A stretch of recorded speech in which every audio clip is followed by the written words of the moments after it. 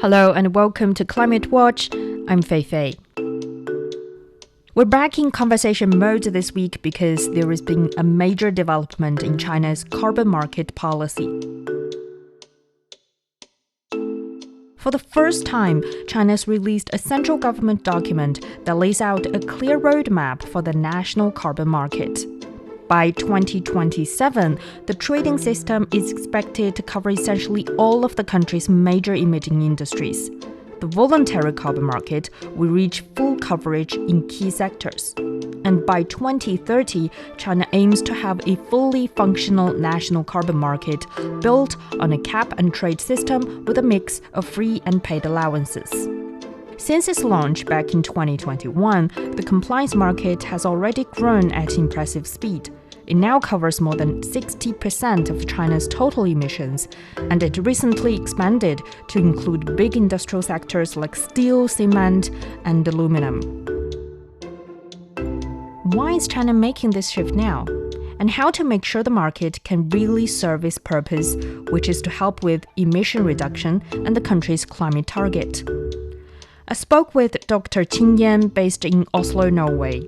She's the principal analyst at carbon consultancy Clear Blue Markets.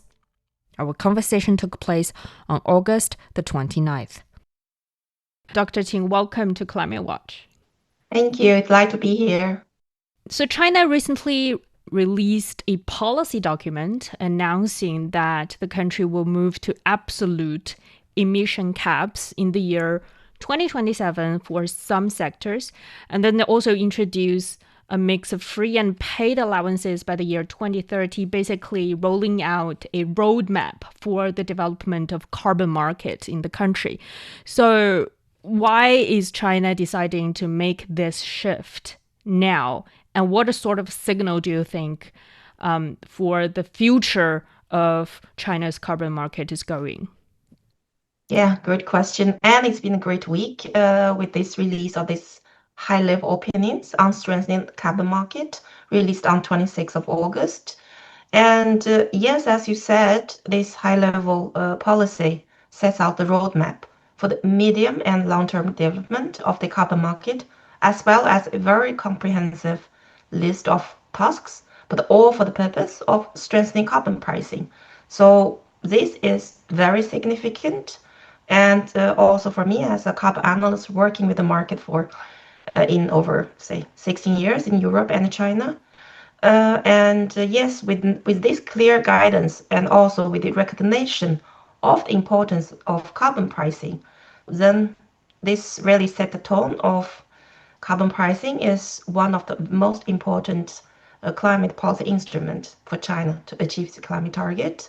And all this list of tasks will be implemented in the coming, say, years. But all this shift, all this announcement on what you have said on sector expansion, on switch to absolute cap, and also to gradually introducing more paid allowance allocation, which is we call in auctioning in the European carbon market context. All of this do not come out of blue. These are years in the making. And some of them in a very brief form has been mentioned in previously ETS regulations or other more broader rules concerning, say, climate policy and carbon markets. But of course, this time when the sector expansion and especially the switch to absolute cap has been so prominently set out as a mid-long-term objective, this, I believe, is after thorough consideration, both by the leadership and by the regulators, because the time is ready to announce this and pin this in the roadmap. And why is because that China, for a few years back, China announced the carbon peak and the carbon neutrality goal. And we have also seen the tremendous progress with the rapid renewables development and how China's emission intensity has been improving. And now, at the moment, China is switching from an energy dual control to carbon dual control in the 15th five-year plan, the next 5 years. So I would say the overall framework is ready as the leadership want to prepare China to a more carbon-constrained economic growth model. So combining both carbon intensity, but eventually total carbon emissions control. So that's why I think this shift is happening and is only being officially announced and pinned to the roadmap at the moment. So when it comes to, for example, when it comes to absolute emission caps, for some sector, not for, the whole of the societies, first of all, what kind of sectors will be targeted for these caps and what kind of challenges will them encounter in the transition into these absolute caps? I think, first of all, this high level recognition of switched absolute cap has been a dream for carbon market observers like me has been hoping for. Yeah, a few years back when China launched the carbon market, we sort of have to say, yes, it's an intensity-based scheme adapting to China's characteristics as energy consumption continued to grow, and the climate target was still a intensity-based. But as you know, I'm a fundamental economist, that carbon markets and cap and trade, it has to have a cap, and it has to have a absolute declining cap on a yearly basis in order to drive emissions down, such as in the European carbon market. So yes, it's very welcomed also in the international community with this announcement. And yet, in the high-level opinions, it says very clearly that by 2027, for the sectors that their emissions have stabilized, meaning probably their emissions have peaked and is going to plateau or probably going to decline, then the regulator will start with absolute cap in these sectors, which, according to my modeling, I think this will likely be the cement and steel sectors. Because I'm a very quantitative analyst. I analyze emissions and production data by sectors. I observe from the production data that China's cement and steel sector emissions have peaked already, I think, last year because of a mix of policies, and one important one is the one cutting over capacity. So I think that very likely the absolute cap will happen, or absolute amount of total allowance allocation will happen for the 2027 emissions of steel and cement sectors. And then it can be rolled out to other sectors, and which I think probably other industrial sectors, but I think power sector might be the last. In my modeling, I think China's total, say, CO2 emissions for the energy sector will peak before 2030, but power sector could be the last because of why? Because of electrification needs. So we electrify more the industry sectors, so industry sectors emission decline first, but power sectors, even though renewables are developing, but it will take 2 or 3 years more before China's power sector emissions can peak and then gradually decline. So I think that this is perhaps what the regulator have in mind as well. Then they decide on this phased approach of transition to absolute cap. Well, challenges, yes, I mean, China's carbon emissions is vast. At the moment, with power and 3 industry sectors, it's already more than 80 billion tons. So that's 7 times more than the EU ETS at the moment. And it's going to be even bigger by 2030, probably covering 80% of China's total CO2 emissions. I would say at least 10 billion tons or more. So in this vast system, just think of the scale. For me, the biggest challenge is data. Data, data, data. With this scale, then how can you set a, say, absolute cap that is fair, scientifically sound, also be able to incentivize a proper emission reduction pathway is quite challenging, and it requires incredible process data on, emissions from every, say, large emitters in power, in the industry, probably aviation. So yeah, I think this is the challenge. When it comes to data, how do you think can the regulators and also different industries collect this data correctly or on a fair basis so that they can come up with a fair cap, a reasonable cap? Yeah, I observe the regulator has very much aware of the data quality and is the core issue, and they have emphasized this, I think, repeatedly, both in statements and also we can see their policies, such as in setting up a proper carbon accounting system, as well as introducing more scientific, say, MRV data monitoring systems. So I think there has been few years of very detailed work in the ground and laying a good foundation, and the work is continuing.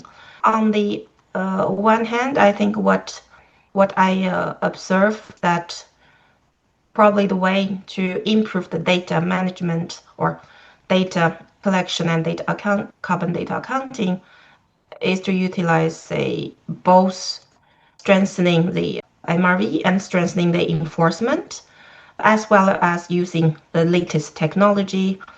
Going from AI, we are in a good age now with AI developing very fast, as well as, say, build up a good system from, monitoring your energy consumption and as well as process emissions, and in the end turning all these parameters into a very solid CO2 emissions monitoring system.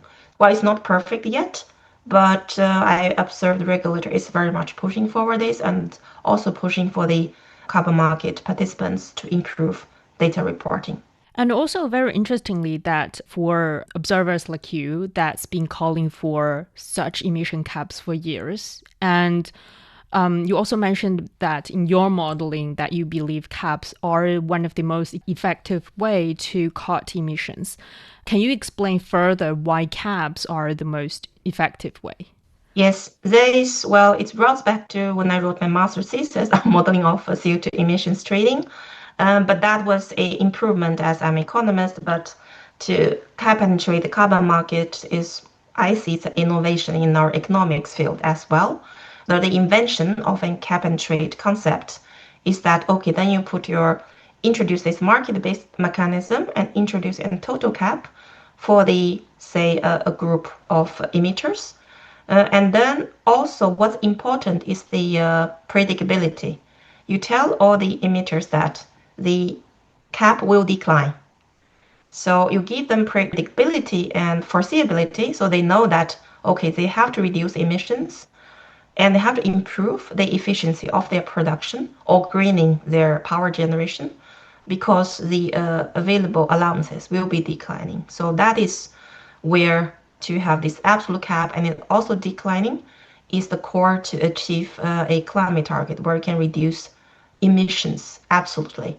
And this has been what the EU, European carbon market, where they have been able to provide this predictability in, they have always set out the cap 10, even 15 years ahead in line with their climate target. But of course, for me, since the beginning when I work with Chinese colleagues on how to design the Chinese carbon market, I do see the differences because EU's emissions have peaked long time ago and China's emissions have not peaked.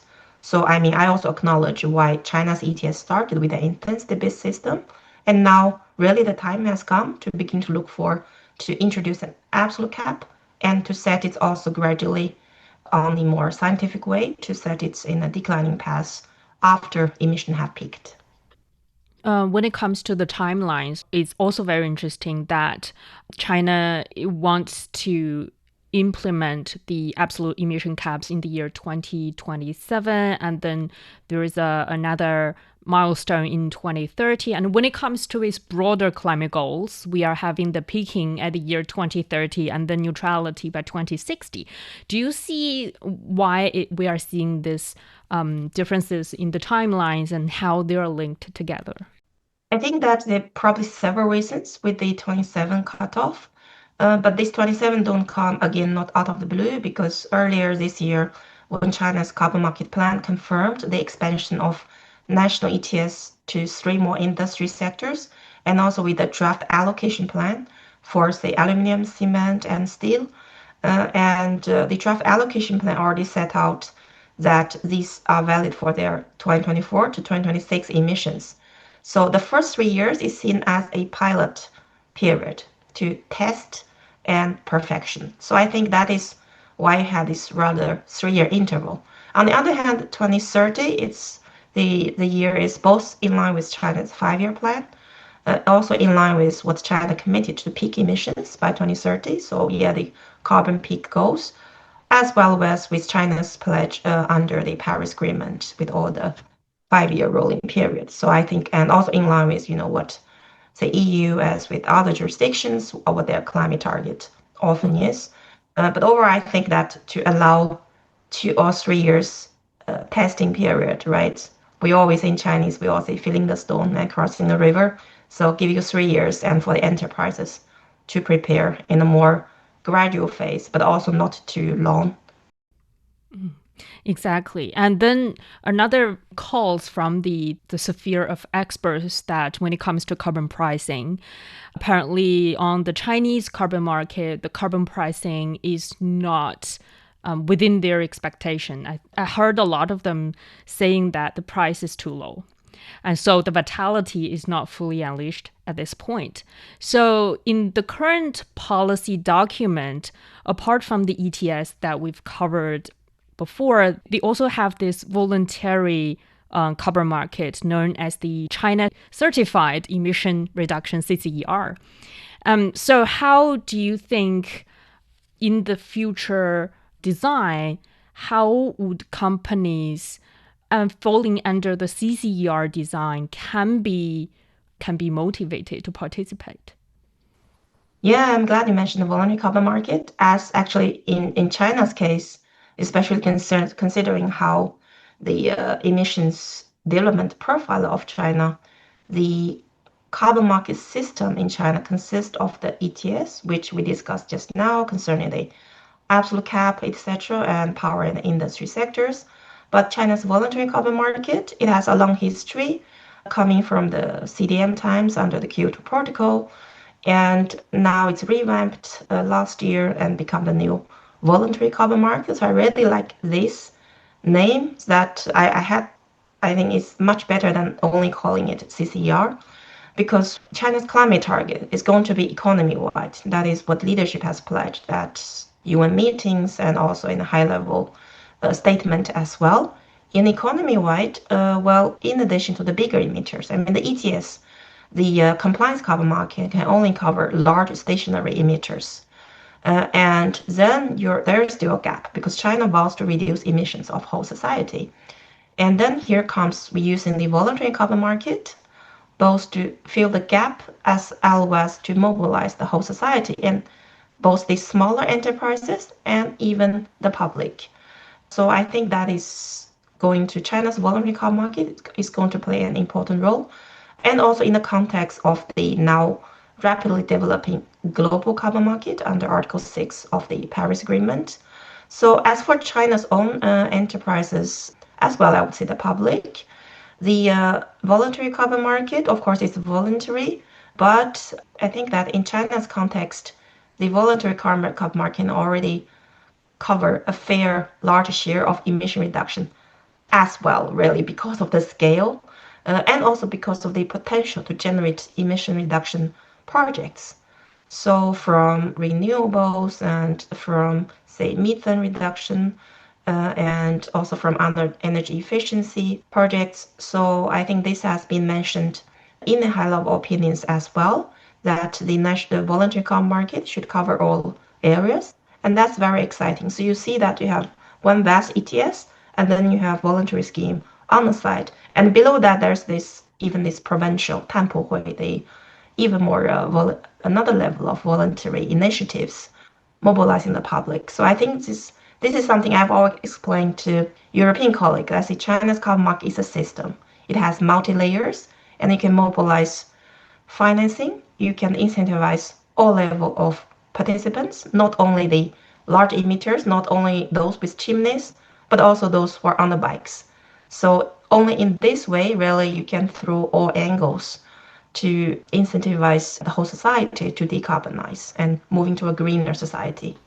And the document also highlights financial tools. And I'm also very, very curious about this. Like how can the financial sector, like banks, participate in carbon trading, and what are some of the things that we need to keep in mind to involve the financial sectors in?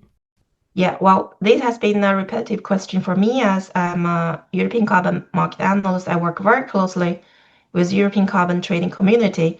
And since the start in even 2005, European carbon market has allowed financial institutions to participate in the carbon trading because to inject liquidity and also help, let's say, small and medium enterprises who don't have the capacity to set up a trading desk to help them to manage their, say, carbon assets. But of course, I know the situation in China is a bit different as the market just started. And second, it's still 100% free allocation. And the introduction of paid allowance or auctioning is only start.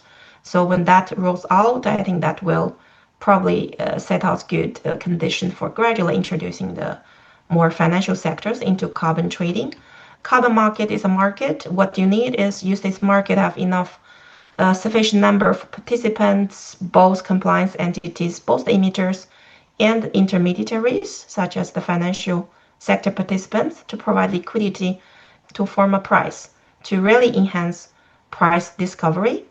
So that's one role. I mean, this is where financial sector directly participate in carbon trading, that a liquid market is essential, and to get the price signal that is drive the transition. But of course, there are even derivatives of this, or an expansion is, I think that it was also being mentioned, is introducing more financial products as to have the carbon emissions embedded in banks' loans and mortgages, etc. So I think that is already being piloted in the province, in the provincial pilot ETS. Since it is being mentioned, probably it's also on the radar now. And in this way, it's able to mobilize more long-term investment in decarbonization projects.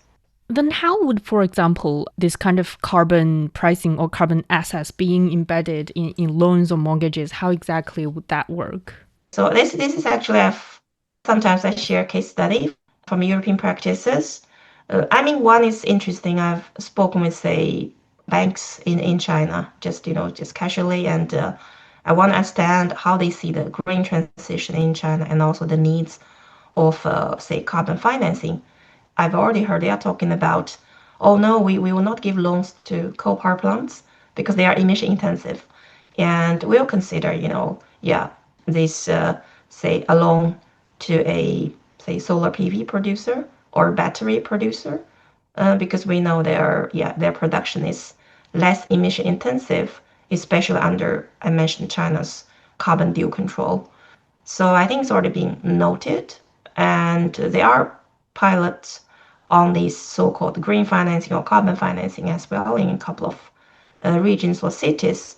So I think probably it's more sit with the financial regulator, but they're going to roll out this more. And then you've worked in Europe in carbon market and energy policy, as you mentioned, for more than 16 years, closely 2 decades. I think one of the reasons for China to push its carbon market is try to align with the international market, and notably the EU ETS, as you mentioned multiple times in this episode. So how would you see in this design the Chinese carbon market align with EU ETS? Yeah, actually, it's something special really for me, as worked with the EU ETS for a very long time, and also participated and still as an EU expert in reforming the EU ETS. Even now, we have the big reform of 2026 EU ETS reform coming up. But then a few years back, when I was brought in to really sharing experience from EU on setting up China's ETS, it's interesting. Sometimes I have to emphasize, okay, we should not repeat all the lessons or the mistakes the EU has done, such as over allocation, such as there is no market adjustment mechanism and causing to a huge surplus. The European carbon market price has been very low throughout most of my career until 2018. So I think that in that way, Chinese regulator has learned the lessons from the EU very fast, but also a lot of the ETS design. I mean, ETS is really a common world globally, which is very interesting.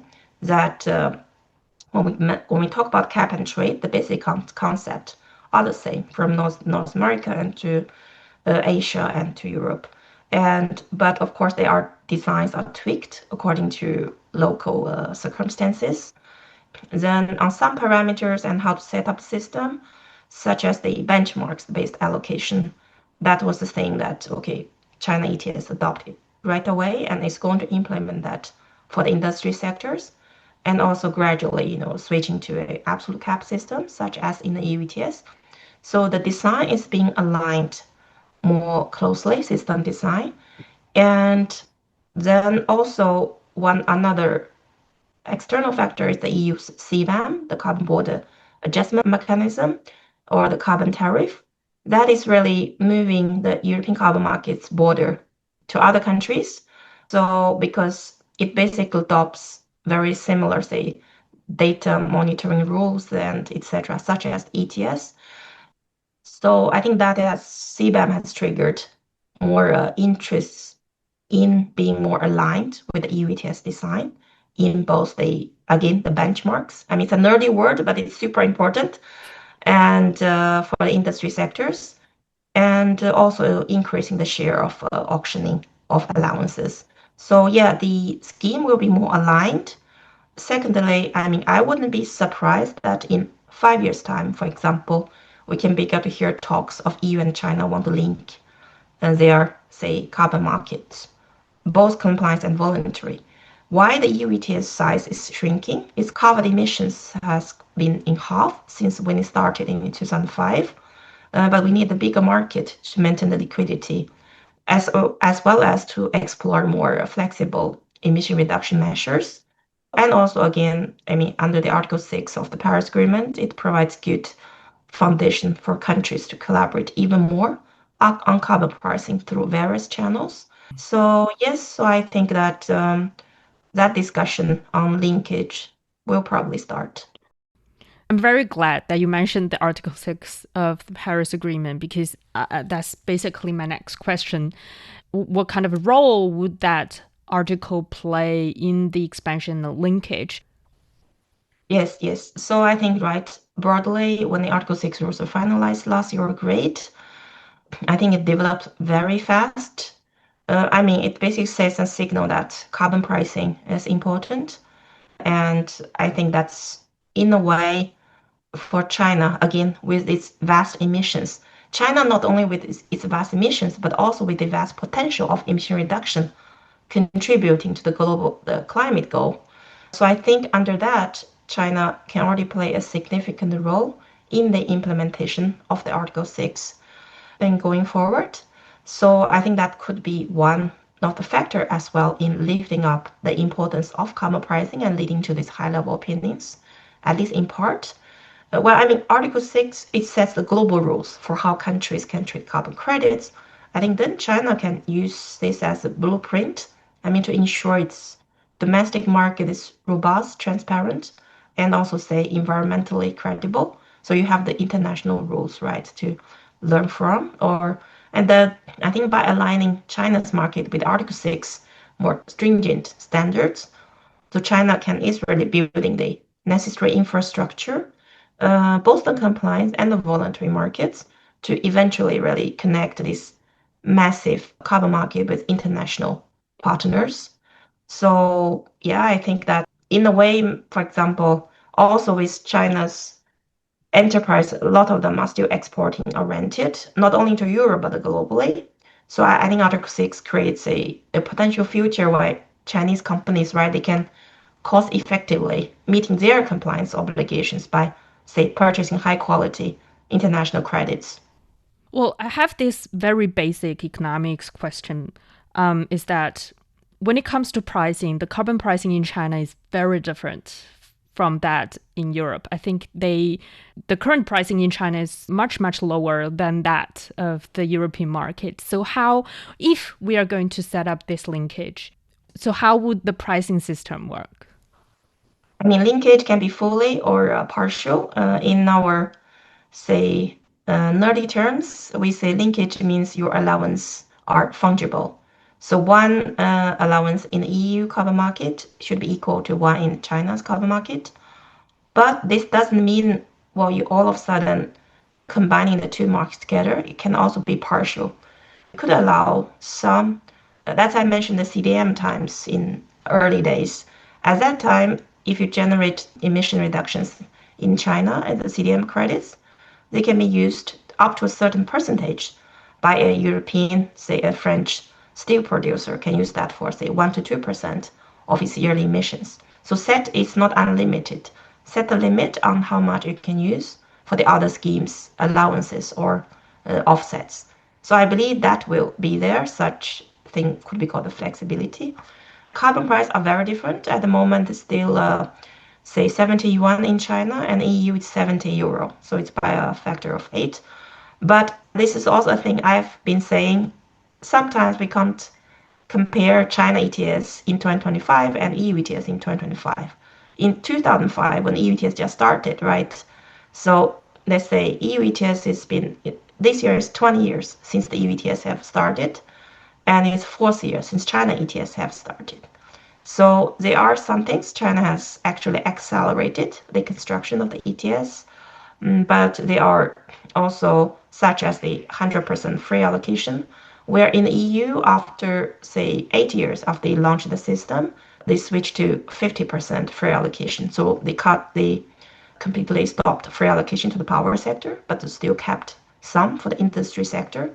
So China's ETS is not there yet. It's a gradually introduction of auctioning. I think this had an impact on the price level, because when you get all your allowances for free, you don't feel the carbon cost, and it's only what's the small amount of shortage of allowances you're willing to pay. But second, I think I also emphasize as the energy analyst, China's power system is still quite much coal-dominated, and also in the EU, where their power system is the share of coal has been reducing significantly, and the carbon price is more for the past 10 years has been set by something we called coal to gas switching price, meaning that the European carbon price reflects the carbon price where it makes the cost of generating electricity of coal and gas are equal.